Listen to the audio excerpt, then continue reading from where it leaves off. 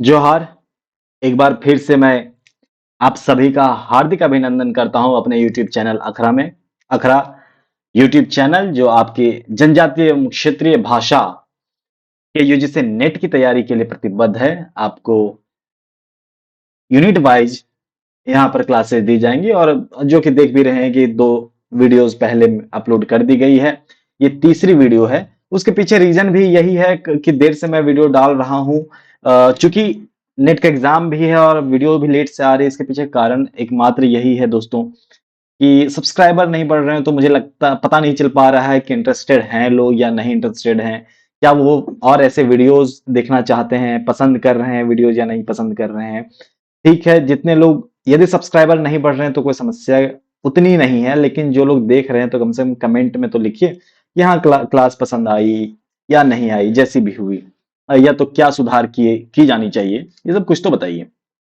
पर आप लोग कुछ बता नहीं रहे हैं तो मुझे भी कुछ साफ साफ पता नहीं चल पा रहा है। हालांकि मैं अपने तरफ से पूरी कोशिश कर रहा हूं कि आप लोगों को अच्छी वीडियो दी जाए जो एग्जाम के पैटर्न से मैच खाता हो, थोड़ा रेलेवेंट हो, है ना, प्रासंगिक हो, ऐसा कुछ मैं देने की कोशिश कर रहा हूँ।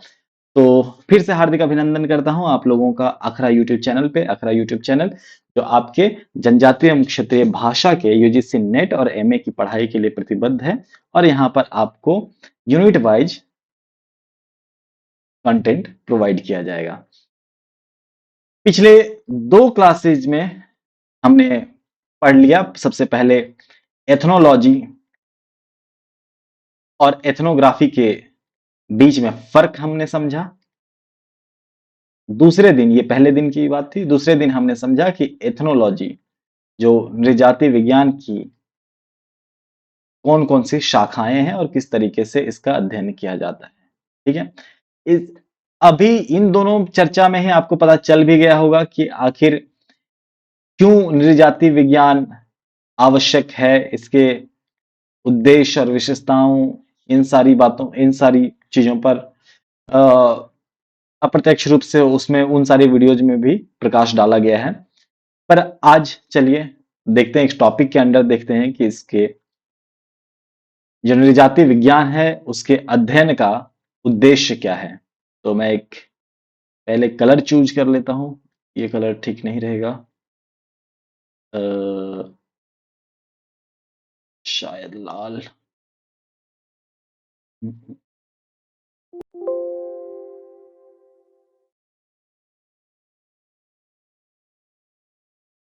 एक मिनट साथियों, हाँ लाल ठीक है। ठीक है, तो नृजाति विज्ञान पर हम लोग पहले देख चुके कि किसी समुदाय, किसी खास वर्ग के उसकी संस्कृति, उसके रहन सहन, उसके वातावरण का अध्ययन है। होता क्या है इसके अध्ययन से, नृजाति विज्ञान का उद्देश्य क्या है, क्यों उसको पढ़ा जाना चाहिए, इसका अध्ययन क्यों किया जाना चाहिए, क्यों लोगों के समुदायों के बारे में, उसकी संस्कृति के बारे में हमें क्यों आवश्यकता है, उसकी जानकारी क्यों आवश्यक है। तो सबसे पहला उद्देश्य यही है कि नृजाति विज्ञान मानव जातियों का तुलनात्मक अध्ययन है। तुलनात्मक अध्ययन का अर्थ यह हुआ कि पहला एक समुदाय ए है, समुदाय बी है, उसके बीच की इसकी जो संस्कृति है और इसकी जो संस्कृति है, दोनों में क्या समानता है और क्या विभिन्नता है, ये पता चलेगी हमें। तुलनात्मक अध्ययन का ज्यादातर लोग है ना लेते हैं कि असमानताओं से लेते हैं उसका अर्थ कि असमानता क्या है। नहीं, आपको ये, जब आप तराजू में तौलेंगे, तुलनात्मक अध्ययन का अर्थ ही है कि दो किसी एक खास पैमाने पे दोनों को तौलना। तो जब आप तौलेंगे, जब यहां इस तरफ अगर कुछ सामान रखते हैं तराजू में और बटखारा रखते हैं, तो पैमाना क्या है, मान लीजिए 1 केजी हमें तौलना है, तो 1 किलो पैमाना है ना। तो इसमें यदि बढ़त है तो हम क्या करेंगे, इससे निकाल देंगे। मतलब बी और ए के बीच में जो, अगर यदि 1 केजी हमें कुछ सामान तौलना है और ये 1 केजी 200 ग्राम आ रहा है, तो 200 ग्राम ये विभिन्नता है इसमें, उसको हटा देंगे। और 1 kg जो है, अगर 1 kg बचा यहां पर भी और 1 kg यहां पर भी बचा, तो ये दोनों के बीच में क्या है? समानता है। तो ये दोनों के बीच दो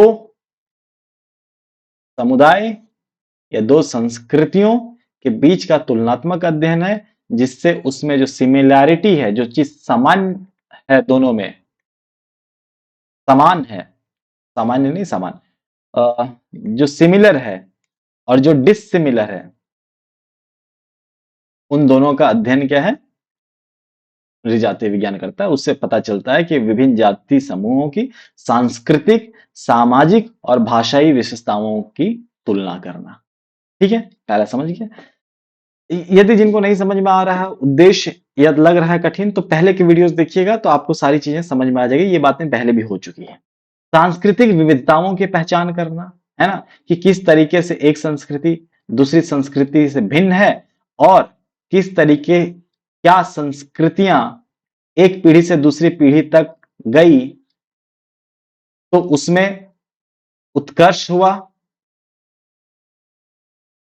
या उस संस्कृति का ह्रास हुआ, है ना। तो हमें पता चलता है कि एक संस्कृति विकास विकास की तरफ अग्रसर बढ़ी या उसका पतन हुआ। क्यों, कैसे पता चलती है? जब एक ही समुदाय के हम विभिन्न पीढ़ियों के बारे में अध्ययन करेंगे, है ना, तो हमें पता चलेगा कि क्या इसकी संस्कृति, इस समाज की संस्कृति में विकास हुआ है या पतन की ओर अग्रसर अग्रसर है। ठीक है, बहुत संक्षिप्त में करेंगे इसको। नेक्स्ट देखिए कि सांस्कृतिक विकास की प्रक्रिया को समझना, यह जानना कि किस प्रकार विभिन्न संस्कृतियां समय के साथ विकसित हुई। ये बात अभी कर चुके हैं हम लोग।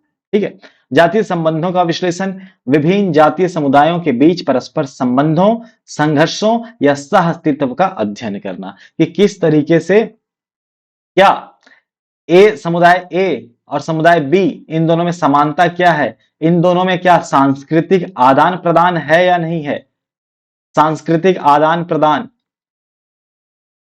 क्या ये संस्कृतियां एक दूसरे को किस तरीके से सहयोग करती है, इस समुदाय के लोग इस समुदाय को किस तरीके से सहयोग करते हैं, क्या उनके बीच में कोई पीढ़ीगत विभाजन है या फिर पीढ़ियों से उन दोनों के एक दूसरे के सहयोग करते आ रहे हैं। जो हिंदू मुस्लिम के पर्सपेक्टिव में बात होती है कि गंगा जमुनी तहजीब की जो बात होती है कि हम लोग हमेशा कि हिंदू और मुस्लिम हमेशा से मिलजुल कर रहे हैं, तो बात यही है कि एक समुदाय, हिंदू समुदाय और मुस्लिम समुदाय किस तरीके से किसी एक विशिष्ट क्षेत्र में क्या मिलजुल कर रह रहे हैं या अलग रह रहे हैं। ये सिर्फ हिंदू मुस्लिम की बात नहीं है, विभिन्न समुदायों की भी बात है।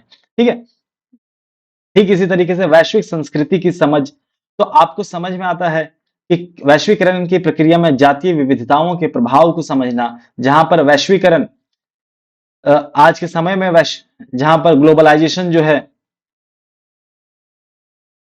भूमंडलीकरण जो है, वो क्या कर रही है, एक संस्कृति जो सांस्कृतिक अतिक्रमण नाम से,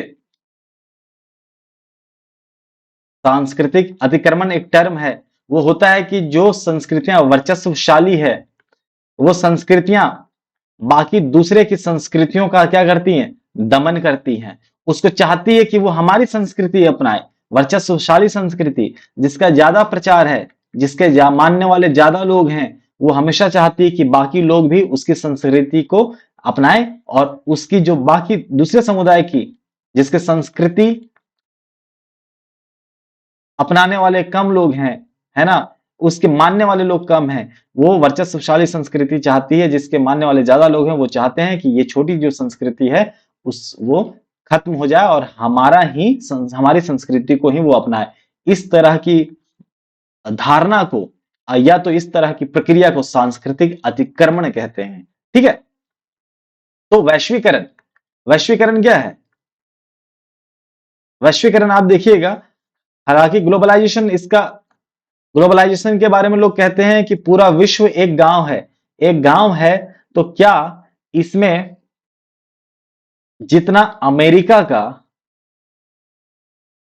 प्रभुत्व या तो जितना यूरोप का प्रभुत्व इंडिया पर है, इंडिया की संस्कृति पर है, क्या इंडिया का भी प्रभुत्व उतना यूरोप और अमेरिका पे है?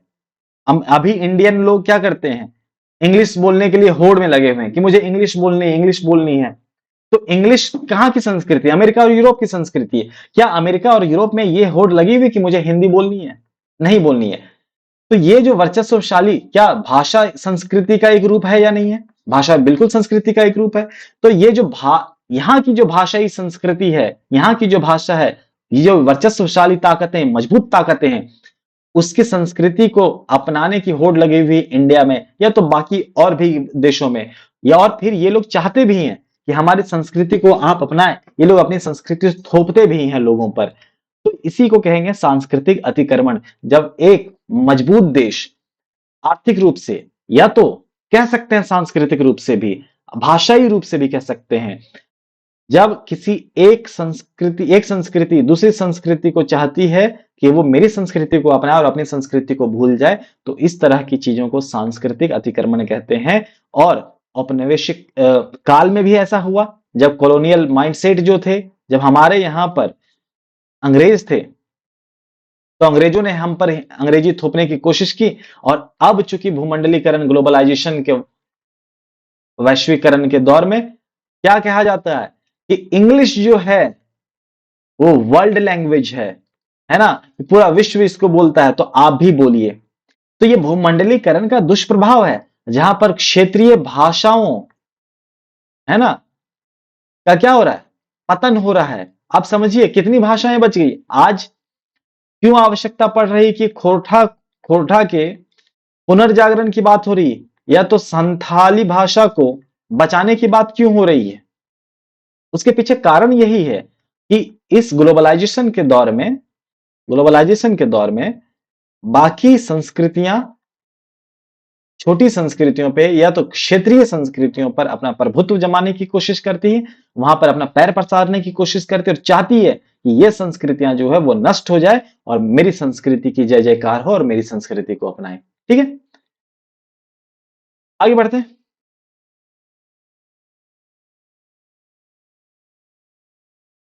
अच्छा, तो इसके उद्देश्य खत्म हो गए। उद्देश्य को एक बार फिर से देख लेते हैं। इसके उद्देश्य क्या है? मानव जातियों का तुलनात्मक अध्ययन, मानव जातियों का तुलनात्मक अध्ययन, सांस्कृतिक विविधताओं की पहचान। ठीक है। तीसरा, सांस्कृतिक विकास की प्रक्रिया को समझना, जातीय संबंधों का विश्लेषण और वैश्विक संस्कृति की समझ। ठीक। इसकी उपयोगिता पे आते हैं। क्या है उपयोगिता, है ना? एथनोलॉजी क्यों पढ़ेंगे? ठीक। तो एथनोलॉजी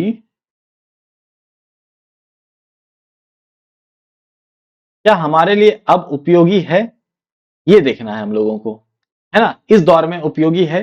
हाँ है। किसके लिए उपयोगी है? कि मान लो कोई संस्कृति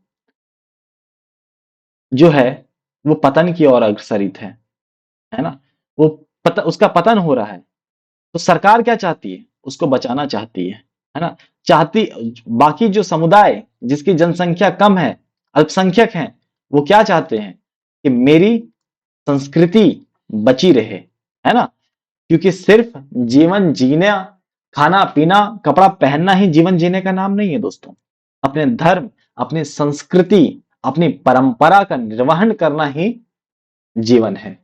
जहां पर अपनी परंपरा पर आपको गर्व हो, आपको महसूस हो कि मेरी संस्कृति भी बाकी संस्कृतियों के साथ एग्जिस्ट कर सकती है, उसका भी एक पृथक व्यक्तित्व है। या नहीं? तो सांस्कृतिक नीति निर्माण में सहायक होती है। सरकारों को जनजातीय और अल्पसंख्यक नीतियां बनाने में सहायता मिलती है, सरकार को मदद मिलती है ना? कहां से पता चलेगा? एथनोलॉजी से ही पता चलेगा ना, या तो एथनोग्राफी से ही पता चलेगा ना। अभी बार बार न्यूज में आता है, बार बार न्यूज में आता है कि बिरहोरों की जनसंख्या जो है वो कम हो रही है ना? किससे पता चल रहा है? आखिर वहां पे किसी ने अध्ययन किया तब तो उस तरीके के अध्ययन को क्या कहेंगे? एथनोलॉजी कहेंगे। और जब सरकार उन अध्ययन के आधार पे क्या करेगी? नीतियां बनाएंगे, है ना? नीतियां बनाएंगे ताकि वो उनकी जनसंख्या खत्म ना हो, बढ़ती रहे। ठीक इसी तरीके से सामाजिक समरसता की स्थापना, जातीय समूहों के बीच सामंजस्य और समझ बढ़ाने में मदद करता है। कैसे मदद करता है? मान लो संस्कृति ए के बारे में पढ़े, संस्कृति बी के बारे में पढ़े, तो हमें ये हम पता चलेगा ना कि इसमें ये समानताएं हैं और इसमें भी ये इन दोनों के बीच में ये 4 बिंदु हैं जो समान है। तो क्या होगा? दोनों के बीच में समरसता बढ़ेगी या नहीं? अरे हाँ या नहीं? अब देखिए, जैसे झारखंड में ही कहा जाता है कि आदिवासी जो है और आदिवासी और सदान दोनों अलग हैं। किस आधार पे? उसके मैं मानता हूं कि इनकी धार्मिक मान्यताएं अलग है, सदानों की धार्मिक मान्यताएं अलग है, पर क्या पूरी तरह अलग है क्या? क्या सदान, क्या हम लोग प्रकृति पूजक नहीं है क्या? हम लोग भी तो प्रकृति का पूजन करते हैं। आदिवासी भी प्रकृति की पूजा करते हैं। हम लोग भी पशुओं को इज्जत सम्मान देते हैं, हम लोग भी उनकी पूजा करते हैं। ये लोग भी पशुओं को सम्मान और इज्जत देते हैं। तो भाई झारखंड में रह के आदिवासी और सदान में फर्क, ये तो संभव ही नहीं है। पूरा झारखंड ही प्रकृति पूजक है। तो आप कह सकते हैं कि हम एक आदिवासी जो रहन सहन है वो झारखंड की पहचान है, आदिवासियत झारखंड की पहचान है, जहां पे सदान भी प्रकृति पूजक है और आदिवासी भी प्रकृति पूजक है। तो क्या होगा? आदिवासियों के बारे में 3 बातें हैं और सदानों में 3 बातें हैं जो समान है। तो क्या होगा? इनको भी लगेगा कि अरे ये भी तो मेरे जैसे हैं, इनको भी लगेगा अरे ये भी तो मेरे जैसे हैं। तो दोनों के बीच में संबंध अच्छे होंगे या नहीं, समरसता बढ़ेगी या नहीं बढ़ेगी, है ना? तो अध्ययन के उपरांत क्या होगा? सामाजिक समरसता बढ़ेगी। ठीक है, अब आते हैं आगे। और क्या होगा? जनजातीय विकास कार्यक्रमों में योगदान, है ना? जनजाति किसी समुदाय की समस्या, मुझे वहीं से तो पता चलेगा ना, अध्ययन करेंगे तभी तो पता चलेगा कि यहाँ का इस समुदाय की शिक्षा व्यवस्था क्या है, यहाँ का आर्थिक व्यवस्था क्या है, क्या आर्थिक रूप से ये उन्नत है या नहीं है, क्या सामाजिक रूप से ये उन्नत है या नहीं है, क्या न्यायिक रूप से उन्नत है या नहीं, या तो फिर इनका विभिन्न जॉब्स में कितना प्रतिनिधित्व है, इस समुदाय के कितने लोग हैं जो जॉब कर रहे हैं, यदि जॉब कर भी रहे हैं तो किस स्तर का, किस ग्रेड का जॉब कर रहे हैं। तो उससे हमें पता चलेगा कि इस समुदाय की सही मायने में समस्या क्या है। उनकी समस्या को समझने में हमारी मदद करता है कौन? एथनोलॉजी। और जब समस्या समझेंगे तभी तो समाधान देंगे, हाँ यानी।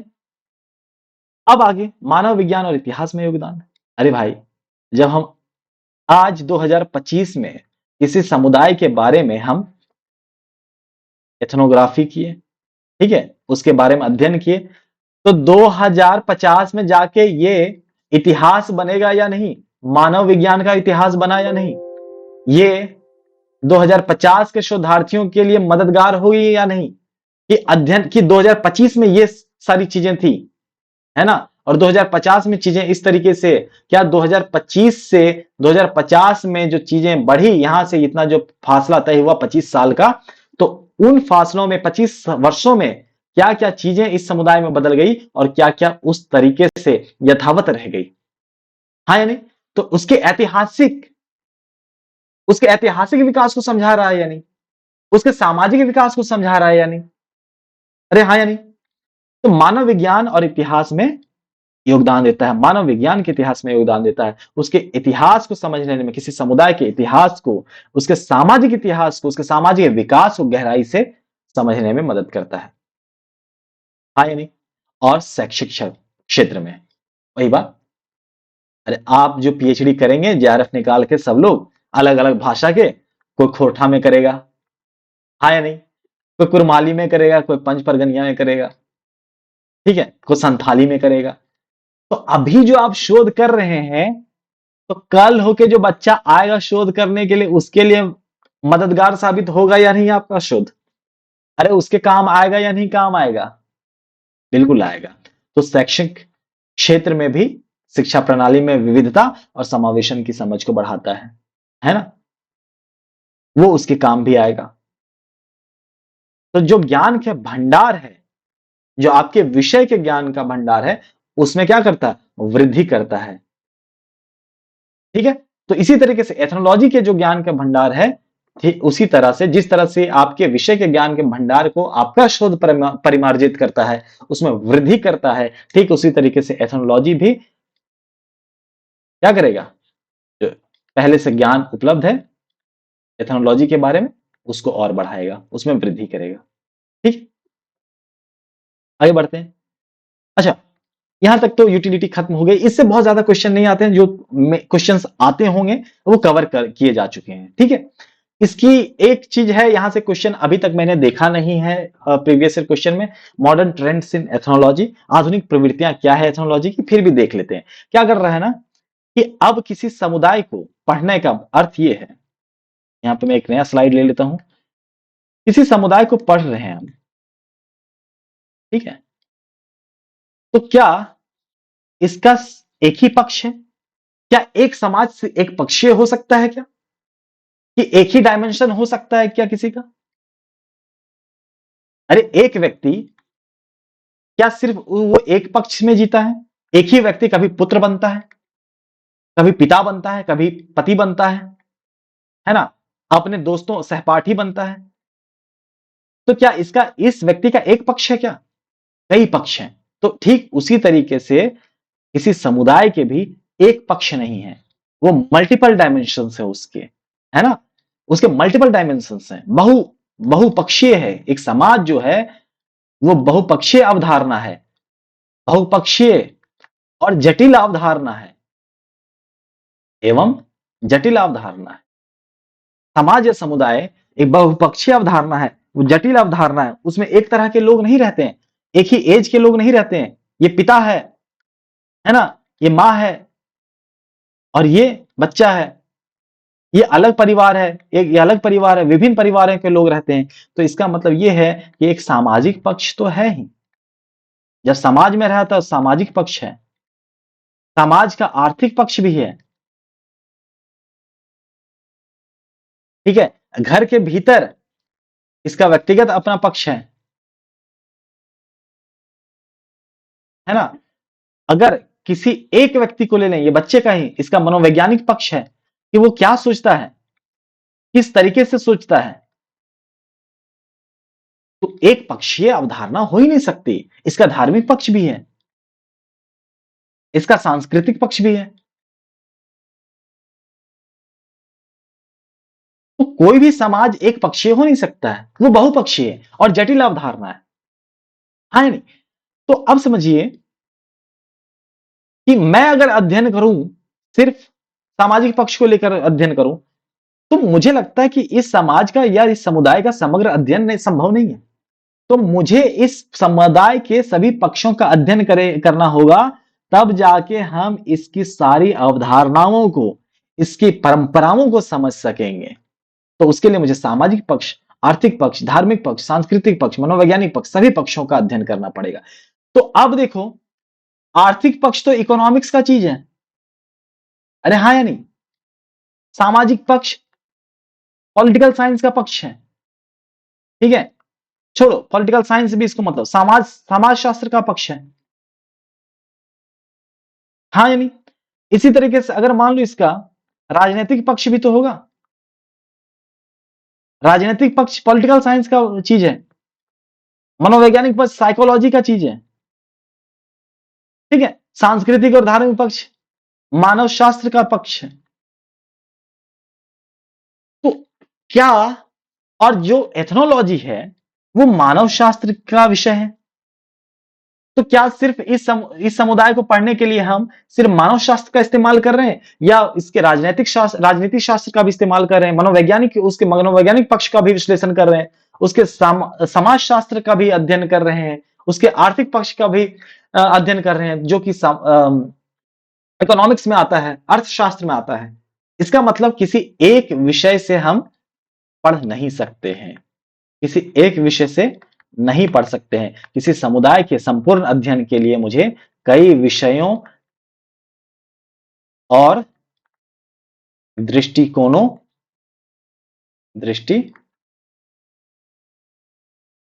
को अपनाना पड़ता है।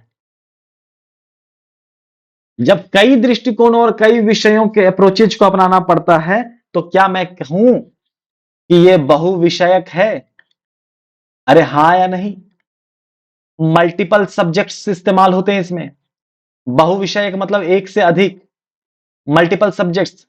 तो इसको जब मल्टीपल सब्जेक्ट्स, विभिन्न पक्षों, बहुपक्षीय जब अध्ययन किया जाए तो उसको कहते हैं मल्टी डिसिप्लिनरी, बहुविषयक, है ना, बहु विषयक।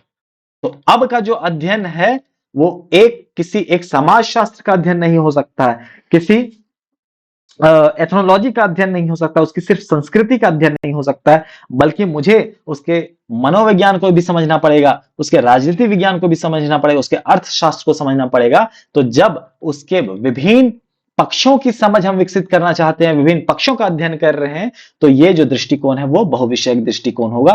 और नई जो प्रवृत्तियां हैं, आधुनिक प्रवृत्तियां हैं, उसमें बहुविषयक दृष्टिकोण को अपनाना बहुत आवश्यक है। हाँ या नहीं? अब क्या हुआ, आगे भी देख लेते हैं। आदिवासी अधिकार और पहचान का अध्ययन। आदिवासियों के क्या अधिकार हैं? आदिवासी विमर्श जब आप शोध करेंगे, अभी जब मैं यहां पर शोध कर रहा हूं तो हमारे लोग, हमारे साथ में जो लोग हैं वो आदिवासी विमर्श पर बातचीत कर रहे हैं कि आदिवासियों की समस्या क्या है, आदिवासियों के इतिहास में जा रहे हैं, दलित विमर्श पर बात कर रहे हैं, नारी विमर्श पर बात कर रहे हैं कि नारियों की समस्याएं क्या है, आधुनिक रूप में नारी को किस तरीके से प्रस्तुत किया जा सकता है, या तो उनकी प्रवृत्तियां क्या है नारीवाद की, अब जो आधुनिक प्रवृत्तियां हैं वो क्या है, कहां कहां पर आदिवासियों को छला गया, कहां कहां पर आदिवासियों को ठगा गया, और कौन कौन सी समस्याएं हैं जो आदिवासी समाज में अभी भी जैसी की तैसी बनी हुई है, और उसका समाधान क्या है। तो उसके अधिकारों, और जब आदिवासी समाज की समस्याओं, आदिवासी विमर्श की बात कर रहे हैं तो उसके अधिकारों की भी बात करेंगे कि कहां पर उनको, उनके अधिकार को छीना जा रहा है, कहां पर उसके अधिकार को उसको दमन किया जा रहा है। सिर्फ आदिवासी ही नहीं, किसी भी समुदाय के अधिकार और पहचान का अध्ययन करना है। हाँ या नहीं? समकालीन आंदोलनों और पहचान संकट का विश्लेषण। आज देखिएगा सबसे बड़ी समस्या है किसी भी समुदाय के लिए, वो है पहचान के संकट। और इसी पहचान के संकट पर एक पूरा का पूरा वाद चलता है ना, उसको कहते हैं अस्मितावाद, जहां पर किसी कोई समुदाय अपने पहचान को वापस से पाने के लिए, अपने गौरव को पाने के लिए संघर्षरत रहता है, अपने अस्मिता को, अपने अधिकार को, अपनी परंपराओं को पाने के लिए संघर्षरत रहता है। वो पहचान किस तरीके की पहचान होगी? क्या सिर्फ आधार कार्ड बना देना ही पहचान हो गया किसी का? नहीं, उसकी संस्कृति उसकी पहचान होती जाती है, उसकी परंपरा उसकी पहचान हो जाती है, उसका सामाजिक संरचना जो है वो उसकी पहचान होती है। तो पहचान देखिए, अस्मितावाद भी एक पक्षीय नहीं है, बहुपक्षीय है। जब पहचान की संकट हो जाती है, आज आवश्यक है, आइडेंटिटी क्राइसिस कहते हैं इसको दोस्तों, आइडेंटिटी क्राइसिस, जहां पर लोग आपको पहचानने से इनकार कर दें, आपके समाज को मान्यता देने से इनकार करते हैं, वो कह दें कि आप तो पीछे हैं हमसे, हमारे समाज की जो परंपरा है उसको अपनाइए। तो ऐसे में छोटे समुदाय, या तो वो समुदाय जिनके मानने वाले काफी लोग नहीं हैं, उनके उनके सामने अस्मिता का संघर्ष, अस्मिता का संकट आ जाता है, और अपने अस्मिता को वापस पाने के लिए वो संघर्षरत रहते हैं, संघर्ष करते हैं। हाँ या नहीं? तो अपने पहचान का जो संकट है उसको वापस पाने के लिए, उसका विश्लेषण करने के लिए इसका अध्ययन आवश्यक है। जातीय संघर्ष और प्रवासन का अध्ययन देखिएगा, जो प्रवास की जो समस्या है, ठीक है, इसको इंग्लिश में एक शब्द है इसके लिए, अ, मुझे अभी याद नहीं आ रहा, मतलब विस्थापन की, विस्थापन एक हिंदी में शब्द है, और इसका इंग्लिश का शब्द मुझे याद नहीं आ रहा। जो विस्थापन है, क्यों, आखिर किन परिस्थितियों में किसी समुदाय, जो समुदाय कल अच्छा था, उसकी उन्नति हो रही थी, अचानक से वो समुदाय घटने क्यों लगा? वो उसका पतन क्यों हो गया? आखिर ये समझना आवश्यक तो है। आखिर क्यों ये समुदाय आज बिरहोरों के साथ ये समस्या है? और आदिवासी विमर्श में हमारे यहाँ जो शोधार्थी हैं वो कहते हैं कि आदिवासियों के साथ विस्थापन की समस्या है, जहां पर वो अपना गांव, अपना क्षेत्र छोड़ के कहीं और जाने के लिए मजबूर हैं। आखिर वो कौन सी परिस्थितियां हैं जो आदिवासियों को अपना शहर, अपना गांव, अपना क्षेत्र छोड़कर कहीं और जाने के लिए मजबूर होना पड़ रहा है? क्यों उसे कहीं और जाकर काम करना पड़ रहा है? क्यों कहीं और जाकर उसे प्रवासी मजदूर के रूप में काम करना पड़ रहा है? तो इन सारी समस्याओं का उजागर कौन करेगा? नृजाति विज्ञान करेगा। और आज के समय में जहां पर सारी चीजें इतनी क्षणिक है और वर्चस्व कई संस्कृतियों का इतना अधिक है, ऐसे समय में छोटे समुदाय और छोटे संस्कृतियों के लिए आवश्यक है कि वो उन संस्कृतियों का अध्ययन हो और उन संस्कृतियों में व्याप्त समस्याओं को उजागर किया जाए। हाँ या नहीं? आगे बढ़ते हैं। नृजातीय संघर्ष, उसके संघर्ष क्या है? किस तरीके का संघर्ष है? क्या वहां पर नारियों का अलग संघर्ष है ना? क्या आर्थिक संघर्ष है? क्या धार्मिक संघर्ष है? क्या सांस्कृतिक संघर्ष है? तो ये सारी चीजें समझनी पड़ेगी। अभी सरना को लेकर जो आदिवासियों का संघर्ष है, सरना धर्म को लेकर, तो वो धार्मिक संघर्ष हुआ या नहीं? अभी जो अपने ही झारखंड में कई जाति ऐसे हैं जो अपने आप को एससी और एसटी में शामिल करने के लिए संघर्षरत हैं। क्या ये राजनीतिक संघर्ष हुआ या नहीं हुआ? ये संघर्ष, यदि सब कुछ ठीक रहता किसी समुदाय के लिए, तो ये संघर्ष करने की, ये धार्मिक संघर्ष, राजनीतिक संघर्ष, कमाने के लिए आर्थिक संघर्ष, ये सब करने की आवश्यकता क्यों पड़ती?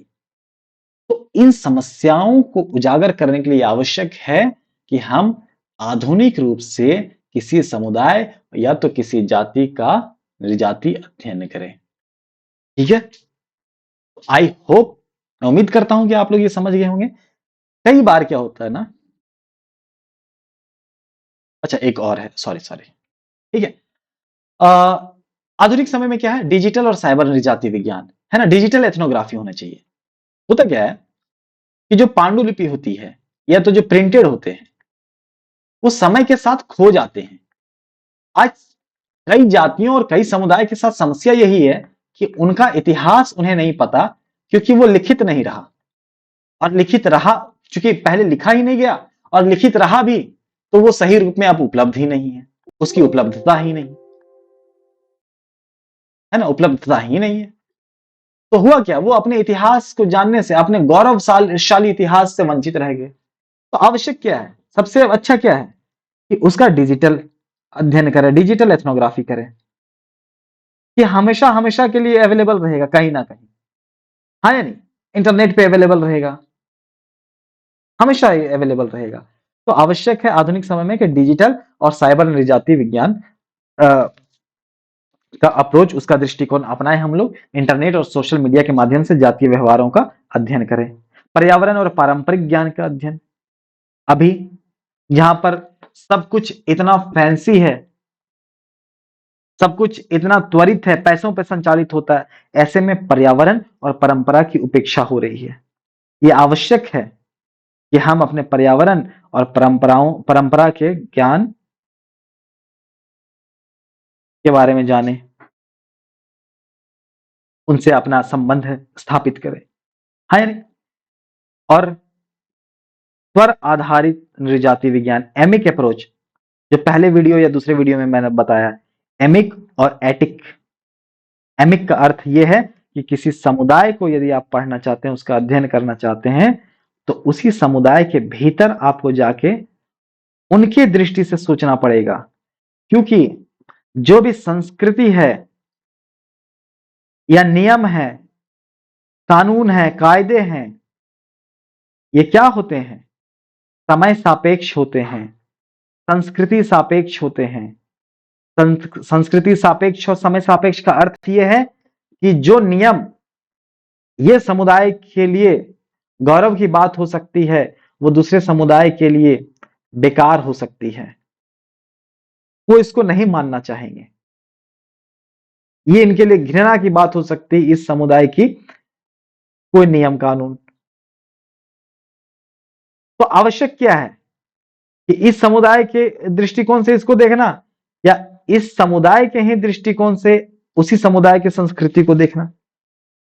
तभी तो मुझे पता चलेगा कि इसका महत्व क्या है, आखिर उसके पीछे का तर्क क्या है। तो जब ये आवश्यक है कि हम किसी भी समुदाय का अध्ययन करें तो उसके दृष्टिकोण से करें, है ना, तब हमें उसके सही तर्क का पता चल पाएगा कि उसके पीछे तर्क क्या है।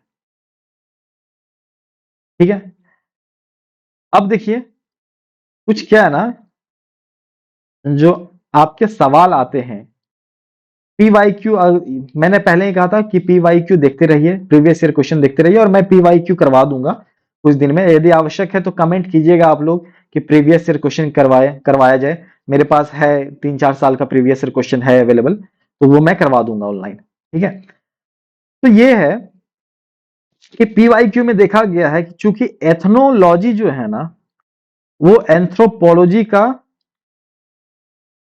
भाग है, और पता नहीं कौन क्वेश्चन सेट करता है कि सिलेबस से बाहर ही क्वेश्चन सेट कर देते हैं कई बार।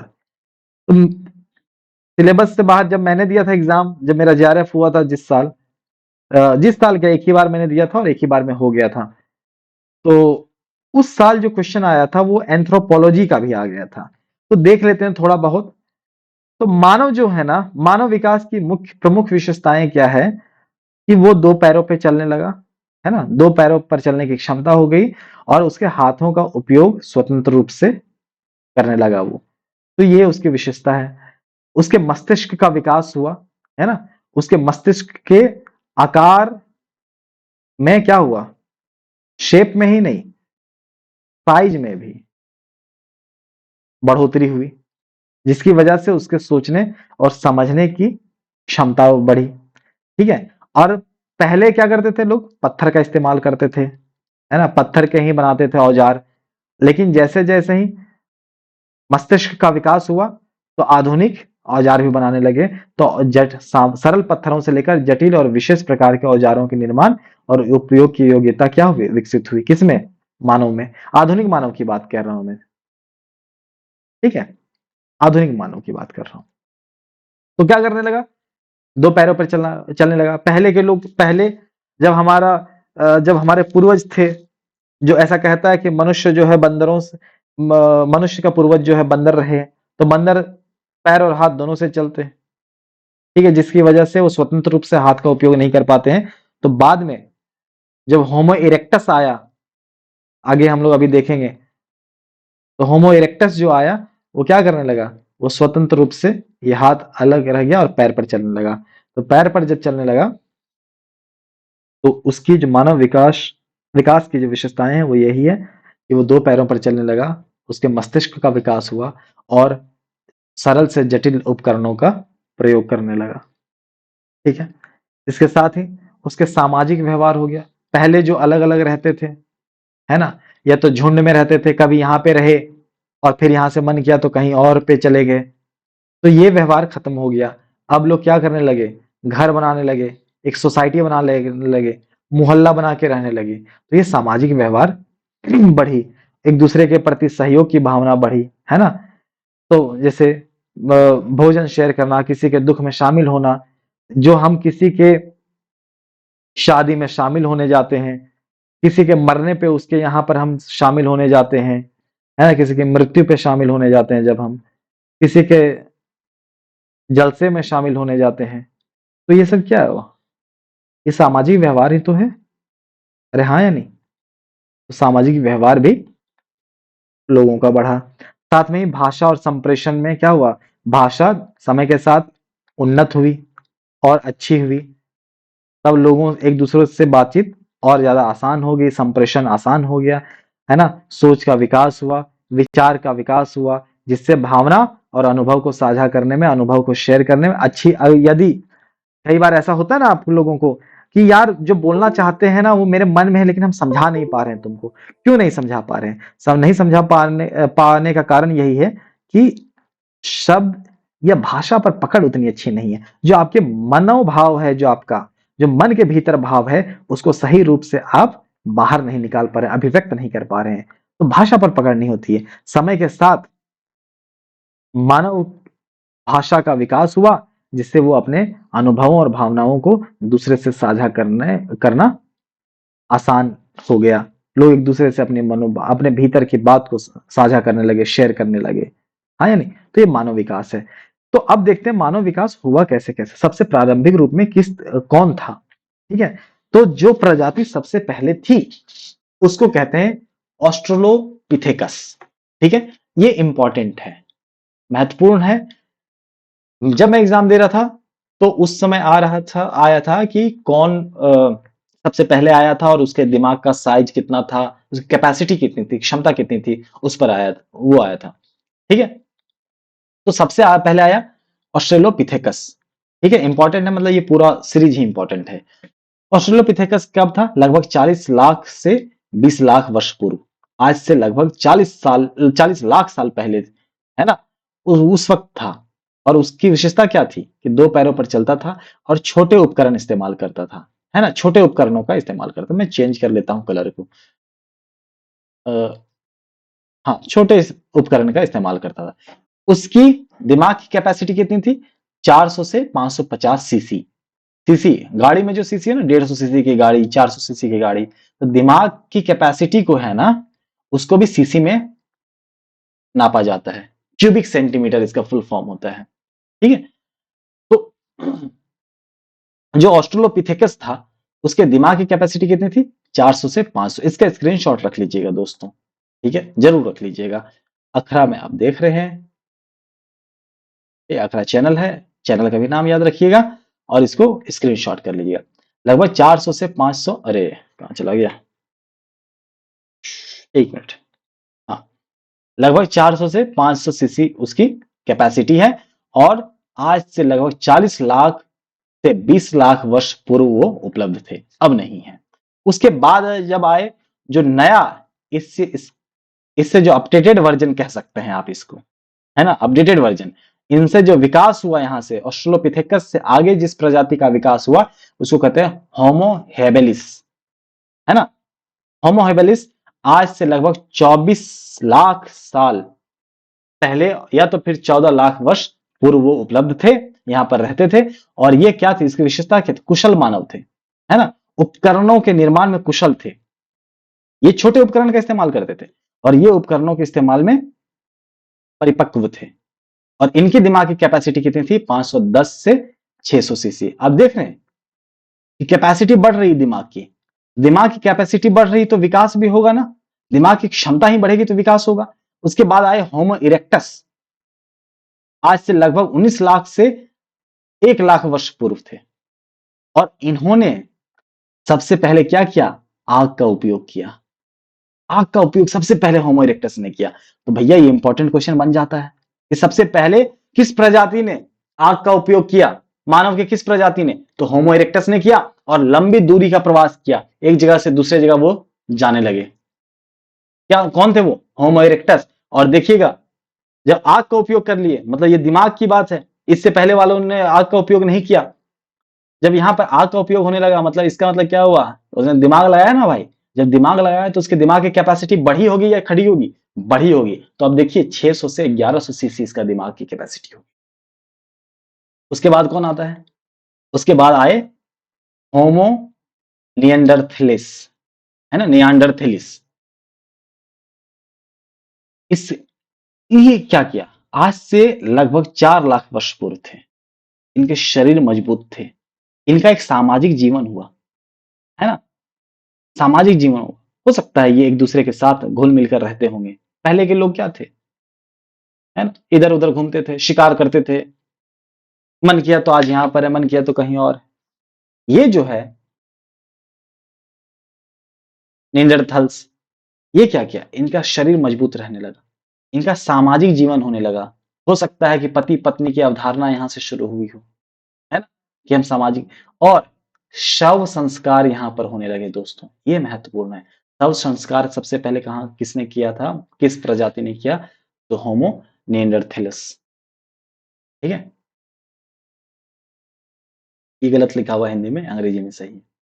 तो इसकी दिमागी कैपेसिटी कितनी हुई, 1200 से 1750 सीसी तक हो गई। ठीक है, उसके बाद आए कौन, उसके बाद आए हम लोग, जो कहलाते हैं होमो सेपियंस। अब अपने बारे में तो बता ही सकते हैं आप, होमोसेपियंस आज से लगभग 3 लाख वर्ष पूर्व आए और अब तक हैं भाई, और आगे कब तक रहेंगे पता नहीं, रहेंगे ही। तो आप अपने बारे में बताइए ना, कि भैया आप आज इंटरनेट पे यूट्यूब के माध्यम से हमको जान रहे हैं, यूट्यूब के माध्यम से पढ़ रहे हैं, और पढ़ रहे हैं आप, इसका मतलब क्या हुआ, आपकी बुद्धि उच्च बुद्धि हुई या नहीं। तो आपकी बुद्धि का सबसे ज्यादा विकास बुद्धि की किसके पास है, किसके पास है, होमोसेपियंस के पास है। सबसे ज्यादा मानसिक मस्तिष्क की क्षमता किसके पास है, होमोसेपियंस के पास है। इसकी बुद्धि उच्च है, इसके पास अपनी भाषा है, मतलब सशक्त भाषा है, उसके अपने व्याकरण है नहीं, उसके अपने नियम हैं, अपने कानून हैं, इसकी अपनी संस्कृति है, अपनी कला है। तो अब देखिए इसका क्या होगा, सबसे ज्यादा मस्तिष्क की क्षमता होगी इसकी, कितने, लगभग 1350 से 1450 सीसी। हाँ या नहीं। तो ये बहुत इंपॉर्टेंट है, ये वाला चार्ट ध्यान रखिएगा। ठीक है, कि ऑस्ट्रेलोपिथेकस थे, होमो हैबिलिस थे, होमो इरेक्टस थे, निएंडरथल्स थे, और होमोसेपियंस थे। और सबसे कम कैपेसिटी किसकी थी, ऑस्ट्रेलोपिथेकस की थी, और सबसे ज्यादा होमोसेपियंस की थी, है ना, लगभग 400 से 550 थी, और इसकी 1350 से 1450 है। ये 1 2 3 4 5 पांचों को याद कर लीजिएगा, जरूर याद कर लीजिएगा, नेट के क्वेश्चन में आता है। ठीक है, आपके एमए के लिए बहुत महत्वपूर्ण नहीं हो सकता, एमए वाले क्वेश्चन ये सब नहीं देते हैं, है ना, लेकिन आपके नेट के लिए आवश्यक है, नेट जेआरएफ के लिए आवश्यक है दोस्तों। और एक एक क्वेश्चन भी नेट जेआरएफ के लिए बहुत महत्वपूर्ण हो जाता है। तो देख लीजिए, ये पिक्चर आपने देखा होगा, हमेशा देखा होगा। तो जो ऑस्ट्रेलोपिथेकस थे, ये देखो हाथ ऐसे झुका हुआ था, वो खड़े नहीं हो रहे थे, खड़े नहीं हो पा रहे थे, तो इसकी वजह से क्या होता, पैर और हाथ का सही से इस्तेमाल नहीं कर पा रहे थे। होमो हैबिलिस थे, फिर ये भी थोड़े झुके हुए थे, देख रहे हैं झुके हुए थे, तो ये भी स्वतंत्र रूप से काम नहीं कर पाते थे। ये जो होमो इरेक्टस थे, ये खड़े हुए सबसे पहले, और इनके पास क्या हुआ, होमो इरेक्टस ने क्या किया, आग का उपयोग किया और लंबी दूरी का प्रवास किया। और उसके बाद आए निएंडरथल्स, इनके पास देखो मजबूत शरीर है या नहीं, मजबूत शरीर है, और इनके पास अपना सामाजिक जीवन भी होने लगा। और ये हम और आप होमो सेपियंस है, होमो सेपियंस के पास उच्च बुद्धि, सबसे तेज बुद्धि किसके पास है, होमो सेपियंस के पास। ठीक है, तो ये सब ध्यान रखिएगा। और सबसे महत्वपूर्ण चीज है, सब्सक्राइब कीजिए दोस्तों, सब्सक्रिप्शन आवश्यक है, लाइक कीजिए, शेयर कीजिए, कमेंट कीजिए। और यदि आपको प्रीवियस ईयर क्वेश्चन की प्रैक्टिस चाहिए, उसके वीडियो चाहिए, तो आप मुझे कमेंट में जरूर बताइए, मैं प्रीवियस ईयर क्वेश्चन आपको करवा दूंगा आंसर के साथ। और किसी भी एग्जाम को क्रैक करने के लिए हमेशा ध्यान रखिएगा कि प्रीवियस ईयर क्वेश्चन बहुत बहुत बहुत आवश्यक है। तो आप, यदि आपको प्रीवियस ईयर क्वेश्चन करना है तो आप बताइएगा मुझे, इस एथनोलॉजी के साथ साथ मैं प्रीवियस ईयर क्वेश्चन भी करवाता रहूंगा। लेकिन आप दोस्तों सब्सक्राइबर तो बढ़ाइए, मेरा प्रोत्साहन तो कीजिए, सब्सक्राइब करते रहिए, सब्सक्राइबर बढ़ाते रहिए, तो मैं आपको पढ़ाता रहूंगा। एक बार फिर से, जिस चैनल को आप देख रहे हैं वो चैनल का नाम है अखरा, और अखरा आपके जनजातीय एवं क्षेत्रीय भाषा के यूजीसी नेट और एमए की पढ़ाई के लिए प्रतिबद्ध है, और आपको सारा कुछ यूनिट वाइज, यहां तक कि अभी शुरू करूंगा पढ़ाना आप लोगों को, चिंता बिल्कुल मत कीजिए, आप यहीं पे बने रहिए। और जो पढ़ना है, जो तुरंत पढ़ना है आप लोगों को, वो कमेंट में बताइए ना, अगले 2 3 दिन बाद इसको वीडियो डाल दिया जाएगा। कमेंट में बताइए जो भी पढ़ना है, जो भी पढ़ना है आपको, ठीक है। और नेट के सिलेबस के लिए जो भी पढ़ना है वो बताइए, मैं डाल दूंगा। खोरठा का जो भी कुछ पढ़ना है आपको, जो भी पढ़ना है, यूजी पढ़ना है, पीजी पढ़ना है, या फिर कंपटीशन पढ़ना है, जो भी पढ़ना है आप बताइए मुझे, वो तुरंत तुरंत डाल दिया जाएगा। ठीक है, सब्सक्राइब करते रहिए। फिर अगली कक्षा में मिलते हैं। आई होप कि ये वीडियो बहुत लंबी नहीं हुई होगी। सब्सक्राइब करते रहिए दोस्तों, और फिर अगली बार हम अगले वीडियो में मिलते हैं। तब तक के लिए जोहार।